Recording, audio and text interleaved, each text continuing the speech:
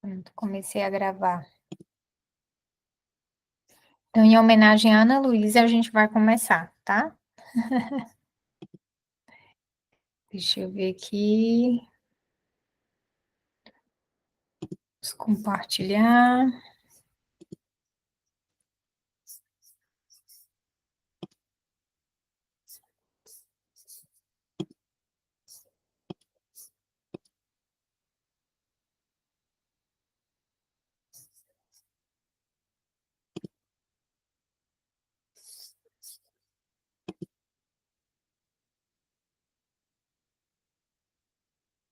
Prontinho. Então, hoje nós vamos continuar a parte de teologia moral e vamos ver o sexto e o nono mandamento. No Fé Explicado e também no Catecismo, ele agrupa, né, alguns mandamentos, porque eles têm basicamente uma mesma raiz, né, então eles remetem, né, ao mesmo, digamos, ao mesmo vício, e também tem virtudes correlatas que também vão combater esses pecados, né. Então, o sexto mandamento é não cometerás adultério, o nono, não desejarás a mulher do próximo. Então, eles são correlatos. Vamos começar com a nossa oração inicial. Em nome do Pai, do Filho e do Espírito Santo. Amém. Meu Senhor e meu Deus, creio firmemente que estás aqui, que me vês, que me ouves. Peço-te perdão pelos meus pecados e a graça de fazer com fruto esse tempo de estudo. Minha Mãe Imaculada, São José, meu Pai e Senhor, meu anjo da guarda, intercedei por mim. Eu vou oferecer essa aulinha na intenção de um bebezinho que está em perigo de vida nesse momento. Então, vamos falar um pouquinho, né? De onde vêm os nossos conceitos, por exemplo, sobre sexualidade, sobre sexo? Infelizmente, eles vêm de um pensamento ali moldado mais ou menos ali, assim, que teve uma explosão ali na década de 60, né, que é a questão da liberalização sexual, a revolução sexual, mas, na verdade, esses pensamentos, essas ideias, elas vêm há pelo menos 300 anos. Tem um livro que ele fala sobre a revolução sexual, que é Libido Dominandi, e ele fala que ele faz um rastreio de onde vêm as ideias relacionadas à revolução sexual, né, que desaguaram ali na década de 60, mas ele faz um rastreio dessas ideias há pelo menos 300 anos, né, no mínimo 300 anos, né, então, todo o pensamento que nós temos relacionado à sexualidade e ao sexo, ele foi moldado com base nesse pensamento, né, principalmente na revolução sexual. Né? Então, isso vai moldar a forma com que a gente vai ver, por exemplo, os ensinamentos da igreja. Então, para a gente, quando a gente às vezes lê no catecismo da igreja, tem alguma aula sobre isso, não soa às vezes como quase como uma agressão, né? Uma coisa retrógrada, né? Algo que vai contra aquilo que nós temos de maneira intuitiva, né? Que nós achamos que é intuitivo, mas que, na verdade, vem sendo semeado ao longo de pelo menos 300 anos na nossa sociedade, né? A gente acha que é intuitivo, mas, na verdade, o que as pessoas têm tido atualmente é uma percepção de que realmente está indo contra alguma coisa, né? Contra a natureza humana, porque não tem dado certo, né? As pessoas nunca foram tão livres do ponto de vista de sexualidade e nunca foram tão tristes em relação às suas próprias vidas, né? A percepção delas sobre elas mesmas, né? Então, aí a gente vê o que provavelmente tem alguma coisa muito errada, né? Então, o que a igreja vem, mais uma vez, né, nos ensinar é que todos esses ensinamentos, eles vêm do quê? De um pai amoroso, que apenas quer o nosso bem e sabe infinitamente mais do que nós, né? Então, se nós cremos num Deus que é superior, que é todo-poderoso, né? E onisciente, onipresente, ele vai saber tudo o que é melhor para nós. Então, se ao longo da tradição da igreja, se o próprio Cristo, se o próprio Deus encarnado se o próprio Jesus nos ensinou isso, então ele deve ter razão, né? Então não é um adolescente, né, ali na puberdade, e nem é uma pessoa de meia idade que vai ter a concepção correta acerca da sexualidade, tá bom? Então, o que é o sexo? O que é que se pensa hoje? Na verdade, a tendência é ir para duas correntes, né? Duas correntes meio que opostas. Então, você vai para o moderno hedonismo, né? Que você vai colocar como a máxima aspiração do ser humano a realização sexual, né? O prazer. Então, é, a máxima aspiração da vida é o prazer. Então, em todas as áreas, o prazer sexual, o prazer no consumo de alimentos, o prazer no vestir, no ver, em todo relacionado aos sentidos, né? Então, o prazer é a ditadura do prazer, né?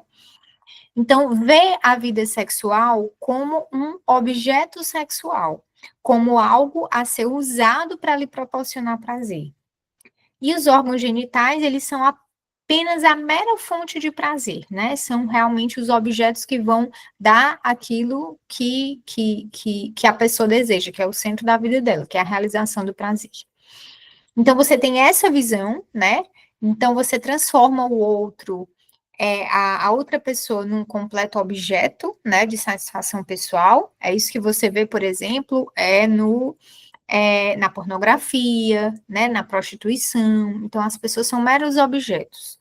E você também caminha para o outro extremo, né, onde você tem, às vezes, pessoas até bem intencionadas, mas elas caminham para uma visão errada do que é a sexualidade, né? Ou seja, elas pensam que tudo que é sexual é baixo e feio, né? Então, é como se fosse assim, se elas achassem que a parte física, né, o contato físico e íntimo, ele é apenas o mal necessário, que é sujo, que é apenas tolerado por Deus, né? Então, muitos pais, principalmente que têm esse pensamento mais tradicional, né, de uma linha mais tradicionalista, eles levam, né, a uma educação errada, né? Na ânsia de preservar os filhos, na ânsia de zelar pela pureza, eles dão uma visão errada do que é a sexualidade humana, né? Então, a gente caminha nesses dois pontos e a gente tem que se afastar completamente deles, tá bom? Então, e o que é o sexo na visão da igreja, né? No magistério da igreja, assim como Cristo nos ensinou? Bem, em relação às partes íntimas, elas são dons que devem ser apreciados e reverenciados. Para vocês terem uma ideia, assim, toda a parte, assim, tudo que a gente estuda de doutrina, tudo que a gente estuda na doutrina, ela nos ajuda diretamente em como a gente vai agir, como a gente também vai repassar os conhecimentos para os nossos filhos. Então, esse daqui eu uso demais, por exemplo, com os meninos, né? E outras mães também dão exatamente essa explicação, né? Que as partes íntimas, elas são dons de Deus que devem ser apreciados e referenciados e reverenciados, ou seja, devem ser cuidados, protegidos, né? Porque elas são dons de Deus. O poder de procriar é um dom maravilhoso que Deus dotou à humanidade. Então, o ato do ser humano, de dois seres humanos, poderem dar origem a uma nova vida, né, única e irrepetível, é um grande dom que Deus compartilhou com a humanidade. A participação do homem no poder criado, então esse poder é nada mais, nada menos do que a participação do homem no poder criador de Deus. Para vocês terem uma ideia, nós seres humanos, nós não criamos do nada, né? Isso quando a gente fala de criar, né, de fazer surgir do nada, né? Nós não fazemos isso. Materiais e tudo a gente vai usando o que já existe, né, para construir, para inventar. E, na verdade, a única coisa que vem do nada, né, que surge é a vida humana, né, no encontro ali dos gametas, né, que surge uma coisa completamente nova, né. Então é Deus em quem cria e ele divide conosco esse dom, né, que ele poderia simplesmente ter pegado para ele e fazer a pessoa nascer, sei lá, de um ovo, de uma pedra, de uma árvore, né, ele não precisava fazer com que a gente participasse disso, né. Então, matrimônio, paternidade, maternidade, tudo isso é uma forma amável que Deus tem para fazer com que a gente compreenda melhor a existência de Deus, a paternidade divina, né?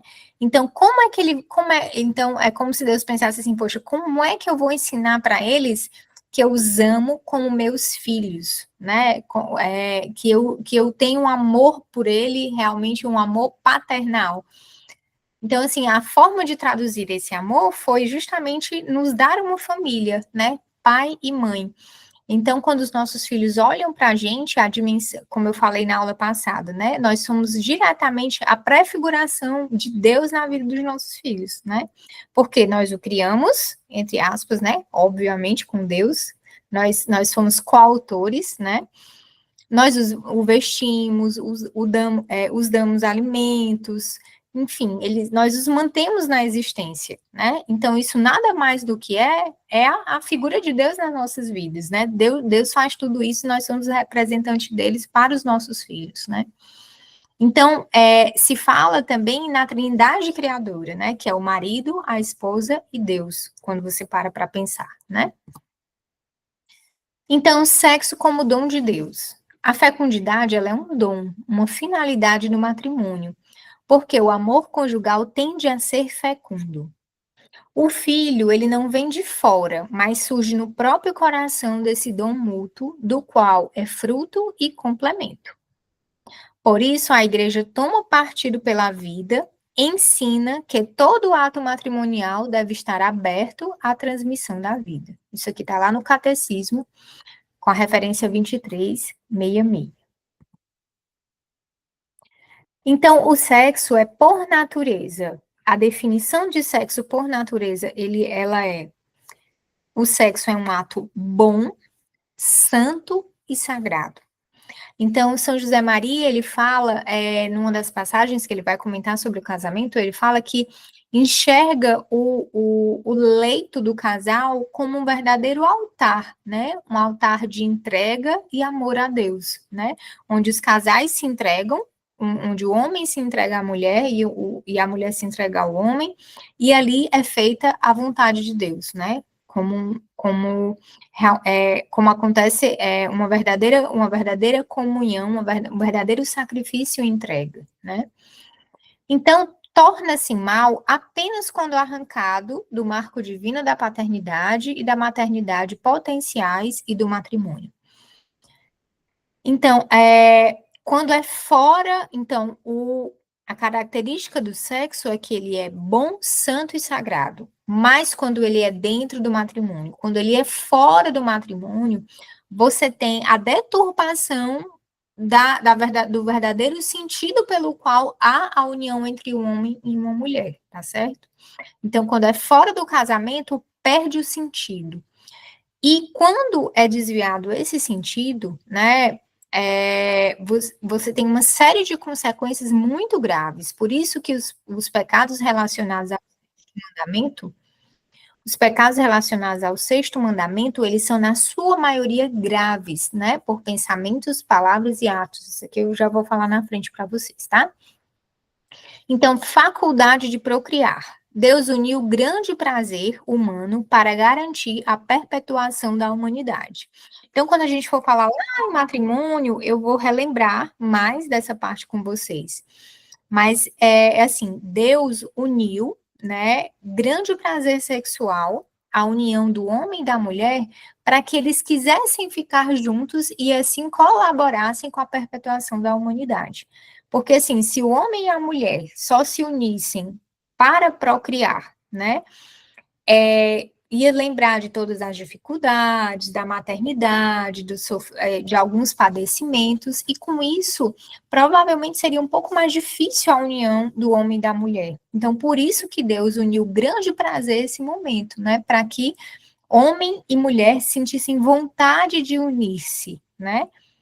Então, dentro do matrimônio, né, o prazer sexual, ele é mais do que bom, né? Ele é desejado por Deus, né?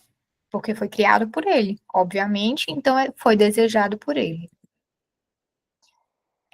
Então, sexo como um dom de Deus.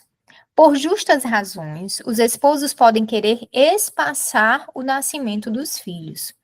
Cabe à sua consciência verificar se tal desejo não procede do egoísmo, antes é conforme a justa generosidade de uma paternidade responsável. Aqui realmente é uma questão que merece merece mais estudo, merece realmente um aprofundamento do ponto de vista de direção espiritual, né? Aí cada um vai analisar a sua situação, lembrando-se que Deus nunca se deixa de vencer em generosidade. Quanto mais nós somos generosos ao gerar filhos para a glória de Deus, mais generoso Deus, mais generosidade Deus irá nos retribuir, né? Nessa vida ou na próxima, né? Ele não se deixa se vencer em generosidade. Aí aqui fica do exame de consciência de cada um, tá bom? Qualquer dúvida, a gente pode conversar um pouco mais. Então, métodos naturais, continência periódica, eles respeitam o corpo dos esposos, estimulam ternura, favorecem a educação de uma liberdade autêntica. Então, se houver necessidade de espaçar, né, as gestações, a igreja defende o uso, o possível uso de métodos naturais, porque eles respeitam o corpo da mulher, respeitam também a união matrimonial, a uma conversa, né, a toda realmente a busca de intimidade para que a relação vá para o mesmo, aconteça com o mesmo objetivo, né? Você não tem aí, no caso, o egoísmo de um ou de outro, mas sim realmente pode haver uma comunhão, né, para alcançar um determinado objetivo, né? No caso, um espaçamento, né, pelo uso dos métodos naturais, tá? Uso de qualquer método anticoncepcional, ele é pecado grave, né? DIU, pílula, preservativos, mesmo entre casados, porque desvincula o sexo de um dos seus aspectos centrais, que é a possibilidade de gerar filhos. Então, por exemplo, o coito interrompido, né? Qualquer modalidade que impeça a geração de uma vida, ela é considerada intencionalmente, né? Ela é considerada um pecado grave, tá? E na parte de matrimônio, eu tenho uma parte que eu falo só sobre isso. Não, na verdade, não foi na parte de matrimônio. É na parte de matrimônio também, mas foi na aula passada, quando eu falei do quinto mandamento, que é não matarás. Então, por exemplo, o uso de DIU, de pílula, eles são métodos que eles são diretamente abortivos, né? Então, por exemplo, o DIU, ele causa a atrofia do endométrio e, com isso, ele impede a fixação do embrião. Então, a mulher engravida e perde o bebê, né? Ou seja, ela aborta, vai estar ali abortando intencionalmente. A pílula, da mesma forma, ela impede que, se houver a ovulação, né? Na maioria das vezes, assim, a frequência com que vai haver a ovulação ou não depende de cada caso, mas ela não inibe completamente a ovulação, né? E com isso, o bebezinho, mesma coisa, do efeito do DIU, né? Tem a atrofia do endométrio e o bebê não consegue se fixar, tá certo? E o uso do preservativo, Vilmar, não daria para usar? Não, porque ele não há a conclusão da união conjugal. A união conjugal, o ato conjugal, ele se encerra quando o homem ejacula dentro do canal vaginal da mulher.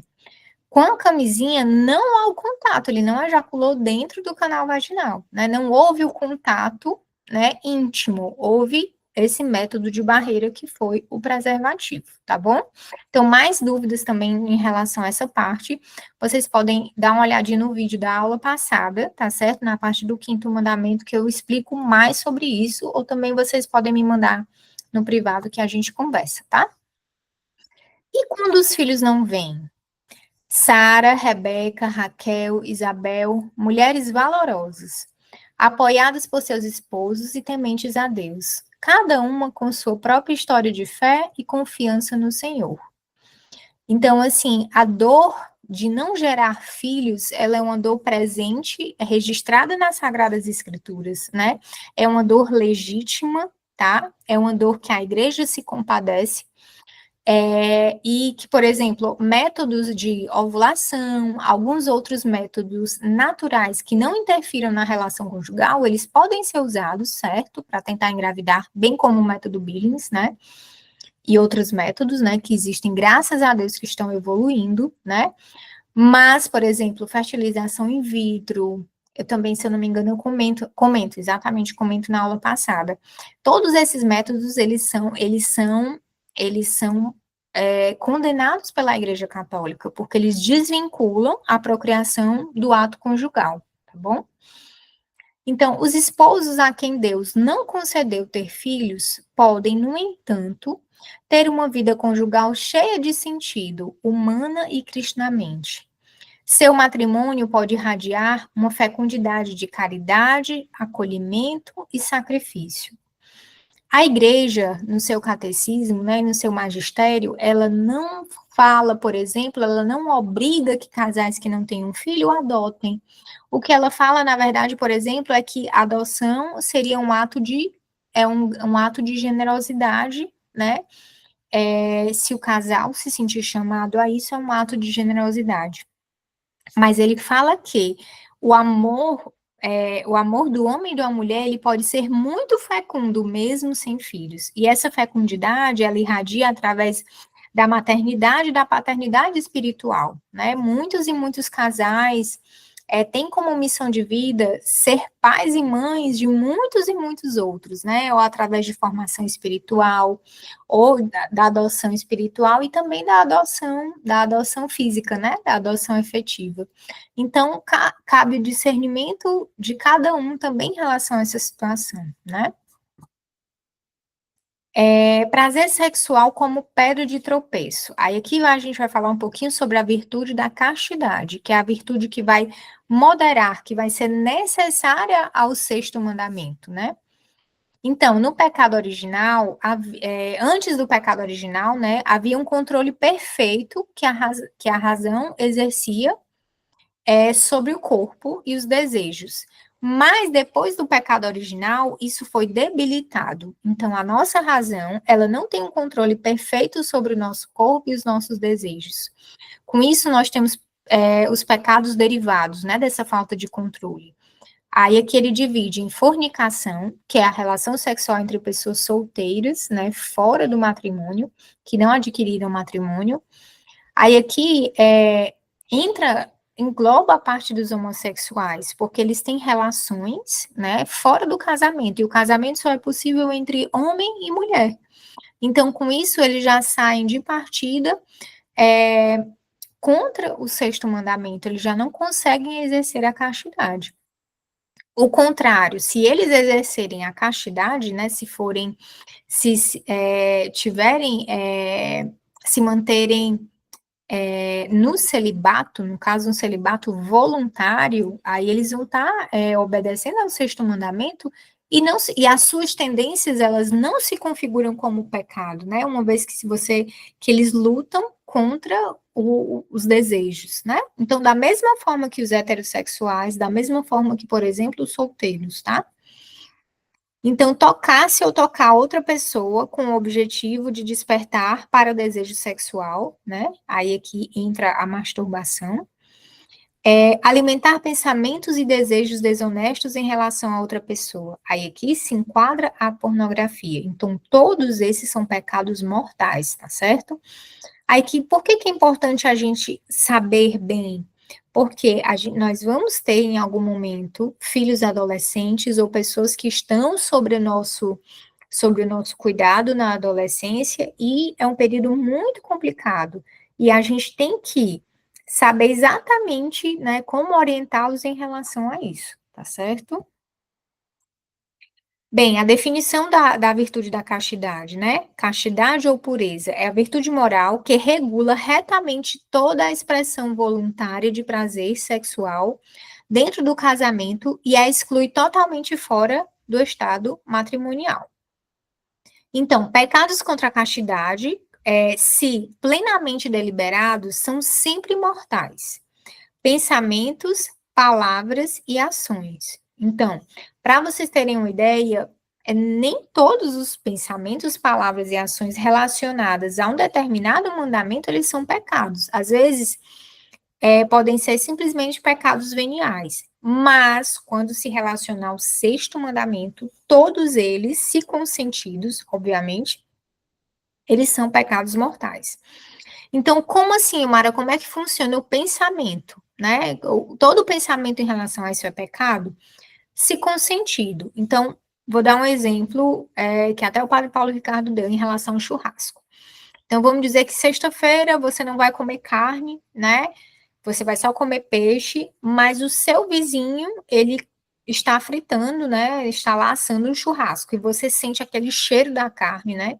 Cheiro da gordura entra no seu nariz, você bate assim na sua barriga, você tem aquela vontade, assim, enche a boca de água, né? Para provar aquele churrasco. Você sentiu, né? Você sentiu o desejo, mas você, não, hoje eu não vou comer carne. Não adianta, eu senti isso, mas eu não vou consentir, eu não vou comer. Então, você não consentiu com o pecado. Então, funciona exatamente assim relacionado à castidade.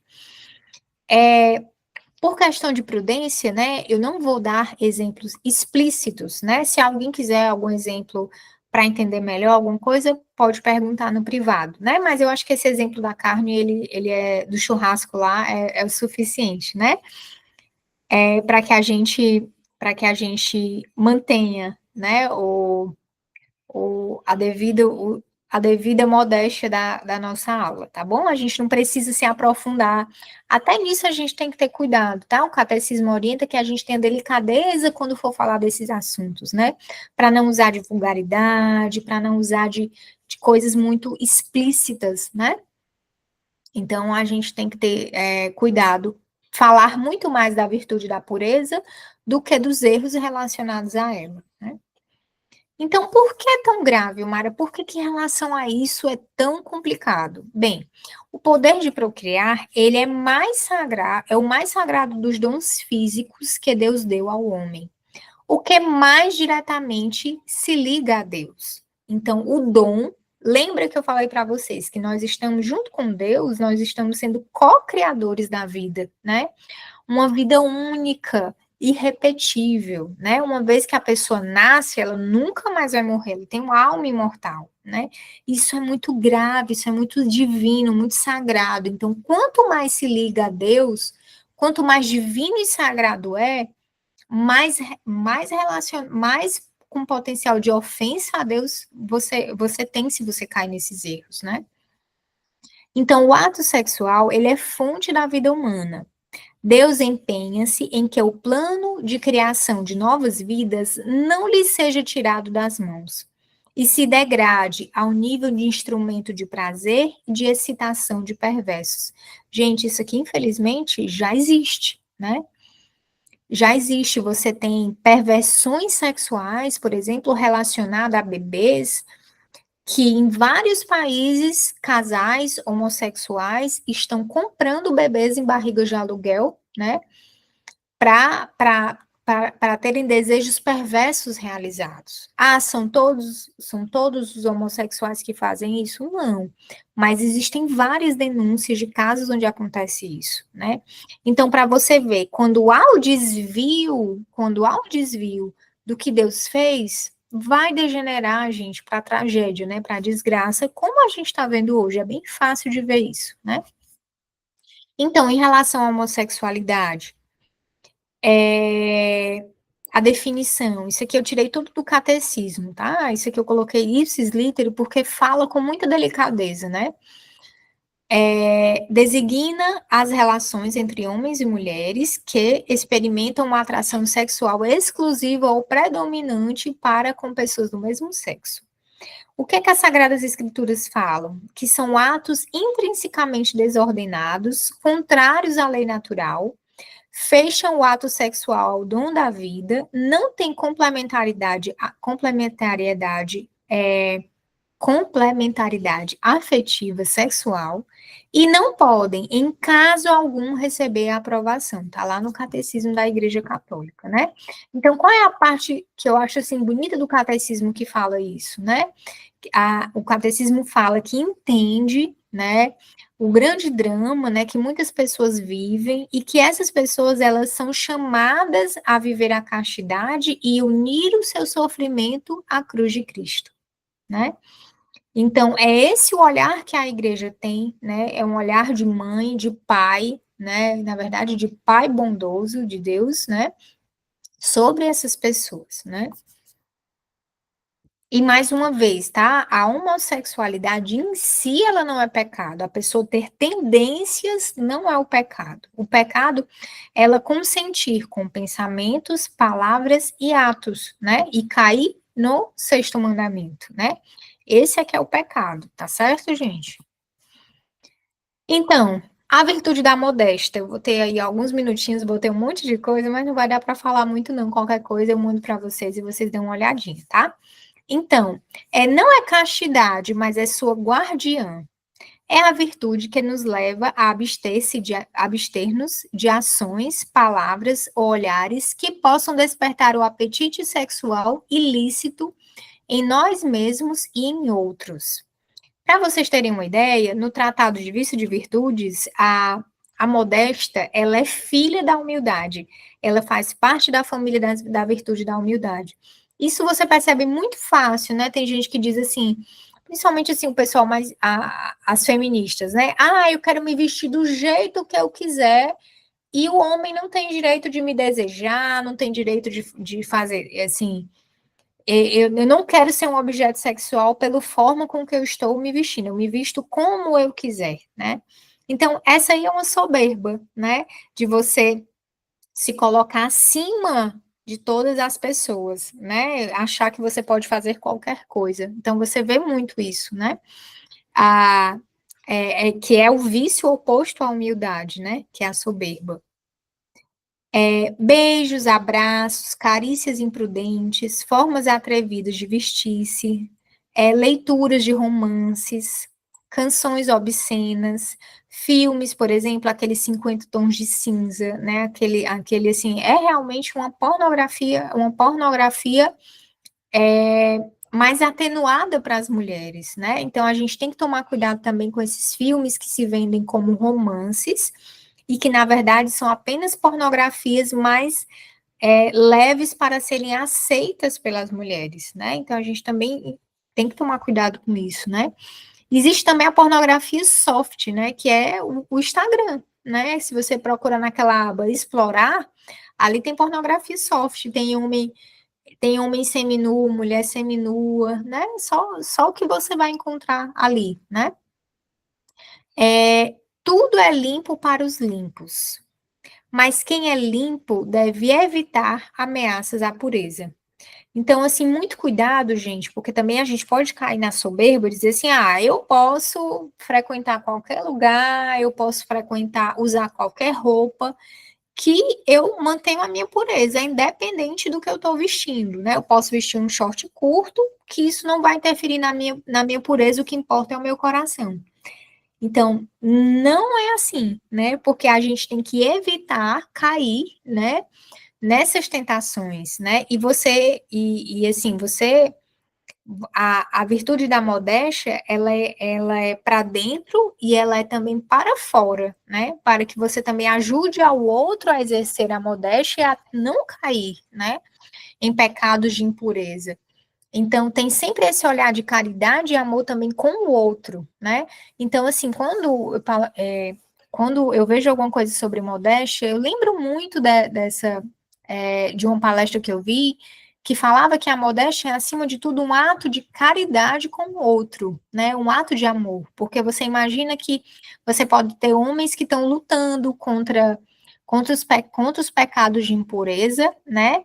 E você vai estar sendo o objeto que vai despertar aquilo naquele homem, né? Então, se a gente pode ajudar, né, as pessoas a lutarem, né, por que não ajudar, né? Então, também tem esse outro olhar, né, o olhar de caridade para com o outro. E os pecados, eles podem ser veniais, aí ele coloca aqui a situação, né? Se a intenção direta é despertar o desejo sexual, é um pecado mortal. Então, assim, se a pessoa se veste de maneira provocante para despertar o desejo sexual do outro, isso é um pecado mortal, né?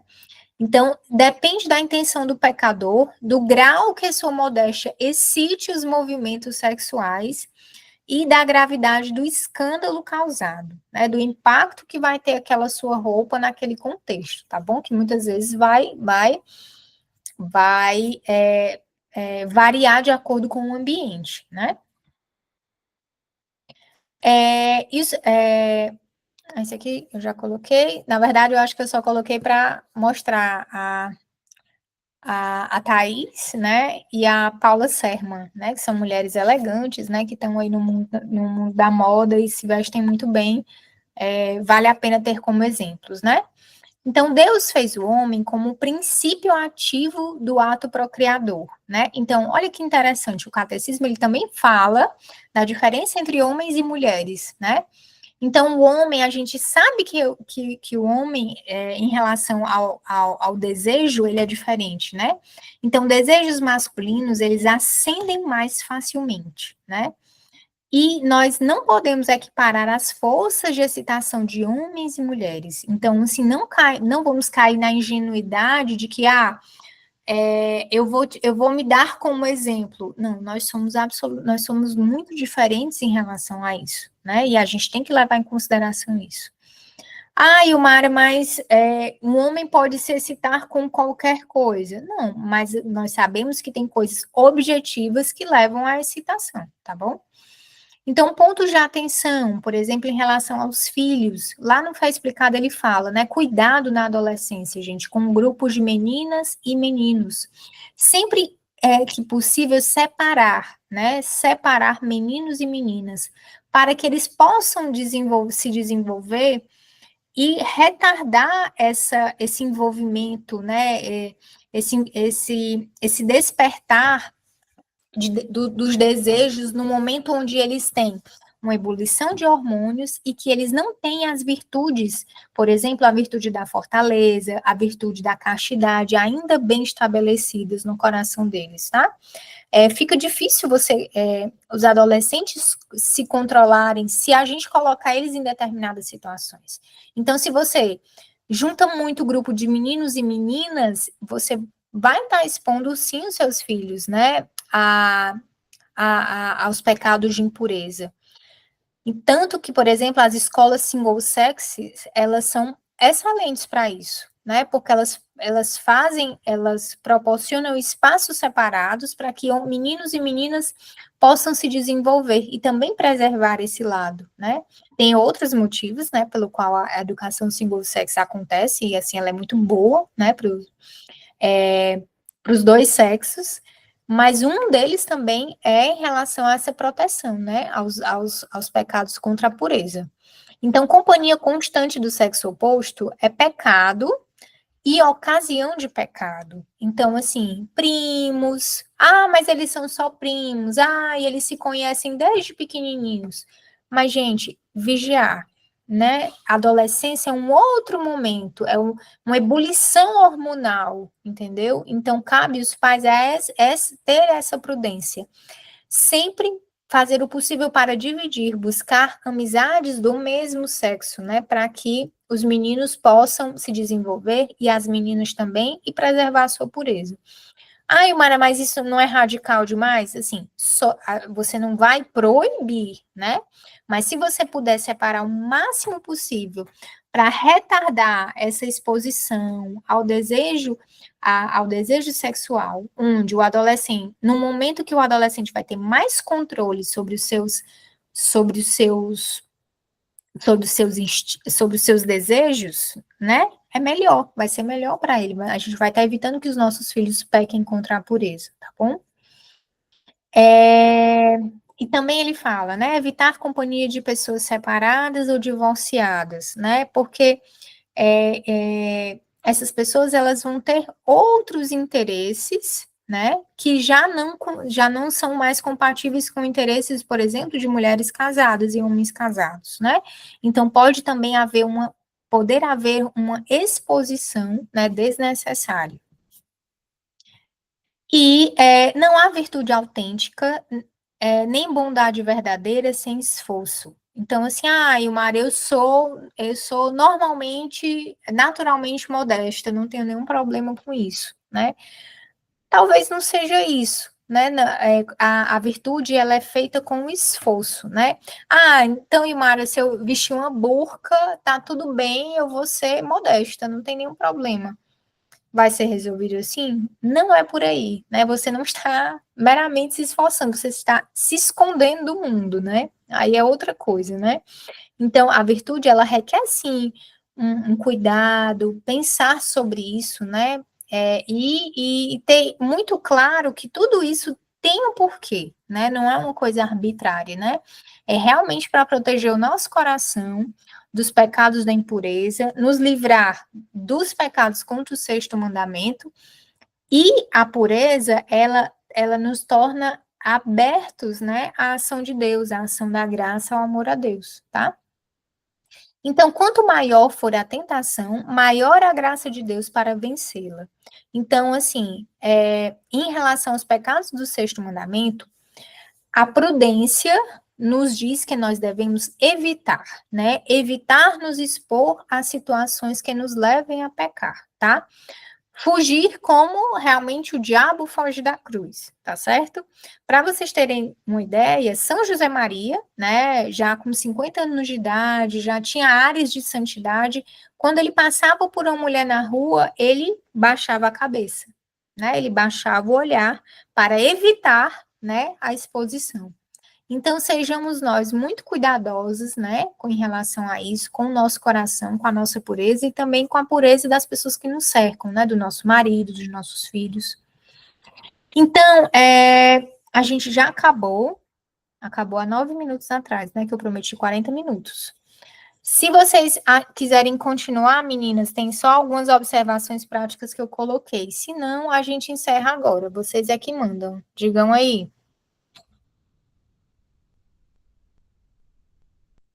A Ana ainda tá. A Larissa, né? Vai ficar gravado. Como a Larissa ainda não respondeu, eu vou falar aqui um pouquinho, tá? Então, algumas observações práticas. Gente, a aula encerrou ali, tá bom? Então, aqui se encerrou a aula, né? O que fala a igreja, o que fala o catecismo, foi explicado. Agora, a partir de agora, são só observações práticas minhas, tá certo? E algumas coisas para reflexão, tá? Elas não são matéria de dogma da igreja, tá bom? Então, uma das coisas que eu acho que nos ajuda a viver a virtude da modéstia é, pelo menos, pegar alguns elementos do estilo elegante, né? Tem aqueles 7 estilos universais, né? Que vocês devem conhecer, ou quem não conhece, dá uma olhadinha rápida, né? E a elegância, ela é definida como quem tem elegância, distinção na forma de vestir e de se portar, trato elegante, aparência elegante e comportamento elegante.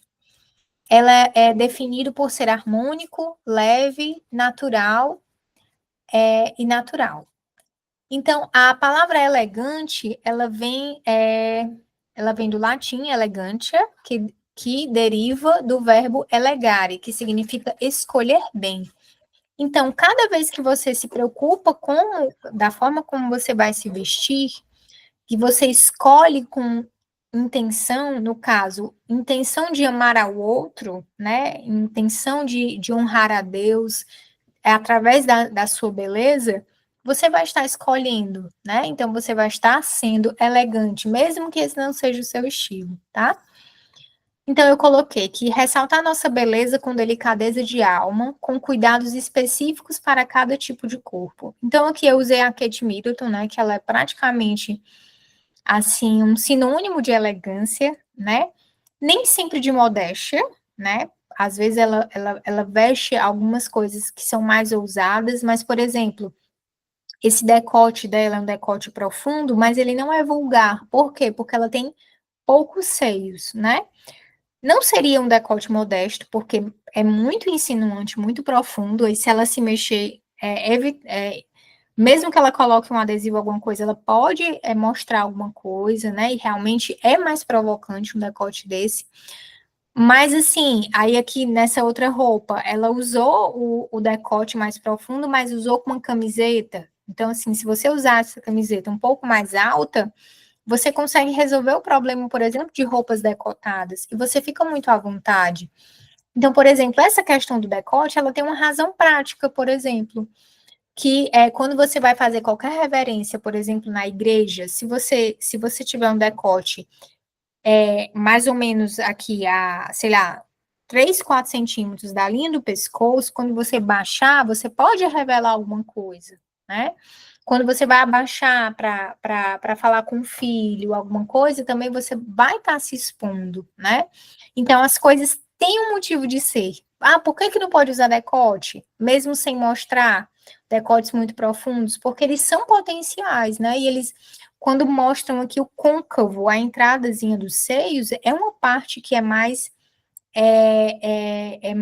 sensual, né? Que pode sim gerar desejos mais impuros nas outras pessoas, né? Então, eu coloquei mais aqui a Kate para mostrar que você pode usar um decote, que se você usar uma camiseta por baixo, até essa que eu estou usando também, né? Uma camiseta básica, isso aí você resolve, né?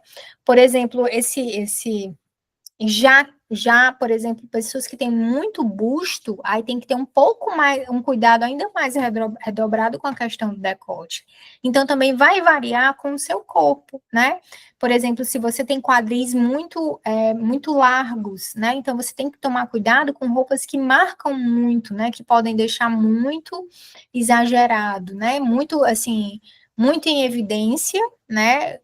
Uma parte do corpo que é uma parte que leva à excitação, né? Então, depende da parte do corpo. Então, assim, existe a polêmica das calças, né? Ah, modéstia, pode usar ou não calça? Gente, é aquela história, a calça, ela tem um problema prático, né? Que, por exemplo, um legging, ele marca nem que a pessoa não queira, né? Se a pessoa sabe exatamente qual é a calcinha que a pessoa está, se a pessoa estiver com um legging que não tiver uma camisa cobrindo, né? Então, você vai estar inevitavelmente colocando em evidência coisas que não deveriam estar em evidência, né? Que são as formas das partes íntimas da mulher, né? Então, tanto na frente, na parte anterior como posterior, as calças, elas têm esse potencial. Ah, Ilmara, mas se for uma calça mais frouxa, quando você abaixa, quando você senta e levanta, se você não tiver, por exemplo, com a roupa íntima correta, ela vai marcar, né? Então ela pode se tornar assim uma, uma roupa mais provocante. Então, o que muitas pessoas fazem é, por exemplo, usar terceiras peças, que aí, no caso, você cobre um pouquinho o quadril, e com isso você se protege, né, da calça ficar eventualmente marcando ou não alguma coisa. E uma solução que eu acho também muito interessante é quando você usa shortinhos, é, que até modelam mais o corpo, né, para deixam mais elegante, digamos assim, não marca a calcinha, por exemplo, com esse vestido, né? Até saias, vestidos, a gente tem também que tomar cuidado com a lingerie, porque muitas vezes, é um vestido modesto, ok, mas às vezes o tecido, independente de ele ser um pouco mais folgado ou justo, ele marca, né, quando a pessoa anda. Então, tomar cuidado também é uma dica prática, né? Que vai nos deixar melhor, vai nos deixar mais elegantes, vai nos deixar mais seguras e vai fazer com que sejam evidenciadas menos as nossas partes, né? Ou seja, vai cumprir realmente esse cuidado, essa delicadeza com as pessoas, né? Aí, mais uma vez aqui, eu coloquei a Paula Sermo, né, que tá com esse colete, você vê que ela, que cobre o quadril, ela tá com a calça um pouco mais colada, mas ela tá contrabalanceando com essas terceiras peças, né? E a gente tem uma vantagem aqui no Canadá, que é um clima mais frio, então a gente pode usar terceiras peças à vontade, cardigans um pouco mais compridos, coletes, blazers, né? Então, assim, a gente tem uma possibilidade de usar mais coisas, né? Que nos deixem mais elegantes, que nos deixem mais bonitas, tá? E que também contribuam com a modéstia. Então, cuidado também com a questão dos extremos, tá? Aqui eu coloquei, assim, Ilmar, eu também não posso mostrar nada.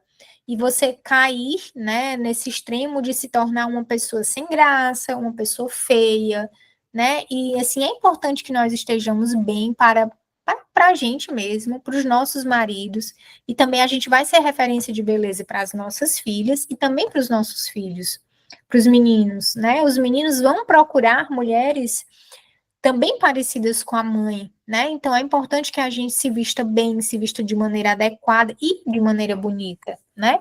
Porque a beleza é também um valor e ela também remete a Deus quando a gente está com o coração no lugar certo, com a intenção certa, né?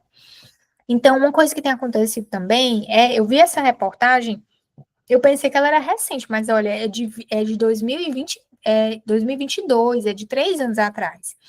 Então, está acontecendo um fenômeno que muitas mulheres influenciadoras de moda muçulmanas estão tendo destaque no Brasil, numa cultura que é completamente diferente da cultura muçulmana, obviamente, né?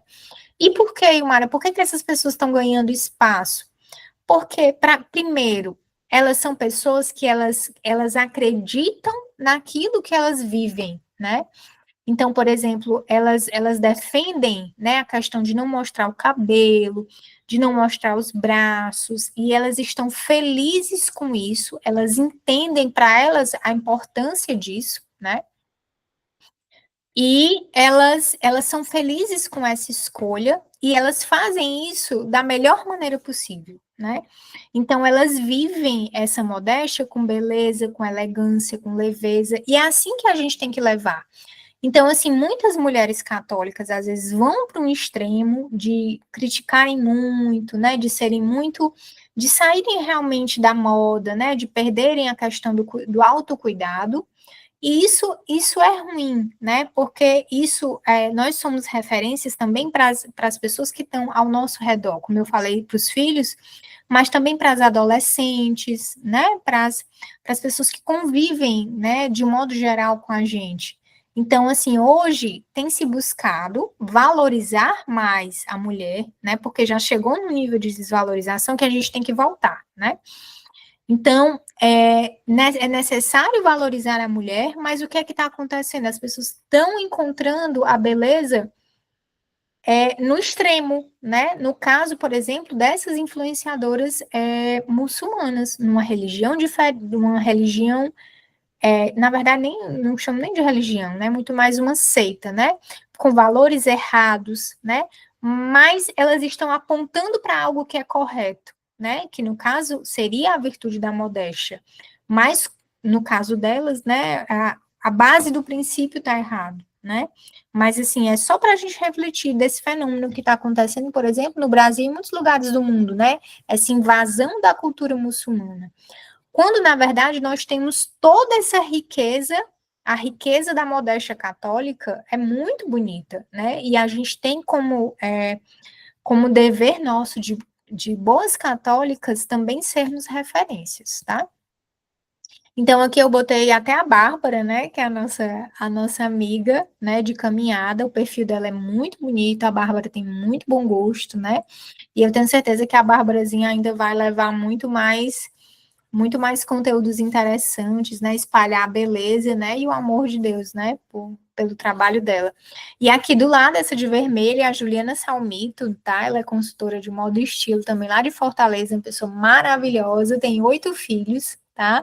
Mas, assim, também é um grande exemplo de elegância, de beleza, né? Que a gente pode se inspirar, tá?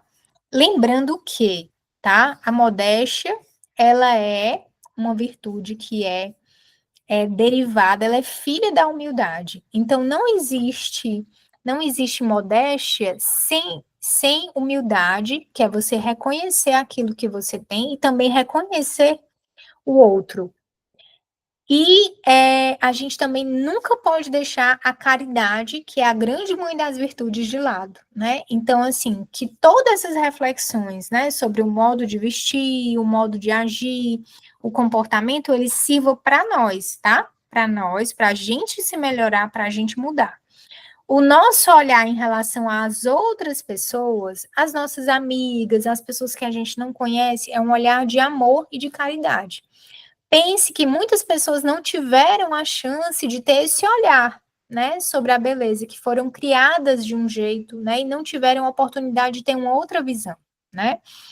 E às vezes a pessoa, assim, se a gente tiver uma proximidade maior com as nossas amigas, né, a gente pode de repente dar um toque, poxa, fulano, com amor, né, com caridade, né, se a pessoa for aberta a isso, né, aí a gente tem que ter essa sensibilidade, né, e também da nossa parte ser um ato de amor, né, não um ato de crítica ou de soberba da gente se achar melhor do que as pessoas, tá bom?